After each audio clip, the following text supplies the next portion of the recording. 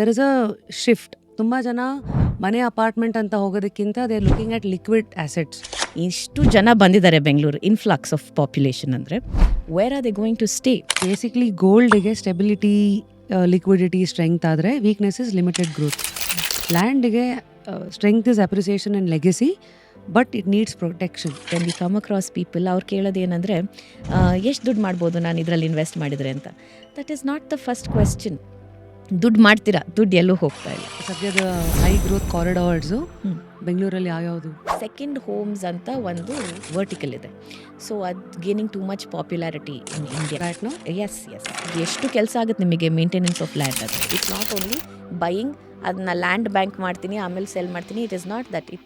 ಅದಕ್ಕೂ ಕೂಡ ಜೀವ ಇದೆ. ಸೊ ಅದನ್ನು ನಾವು ಬೇಬಿಯಾಗಿ ನೋಡ್ಕೋಬೇಕು. Land is a beautiful product. ಅದನ್ನು ನಾವು ಪೇಷಂಟಾಗಿ ನೋಡ್ಕೊಂಡು ಹೋದರೆ they are the true winners. So word of advice for people looking for investments in land. Please understand, ನಿಮ್ಗೆ ಮೋಸ್ಟ್ ಇಂಪಾರ್ಟೆಂಟ್ ಇರೋದು ಎಕ್ಸಿಟ್ ಪಾಲಿಸಿ.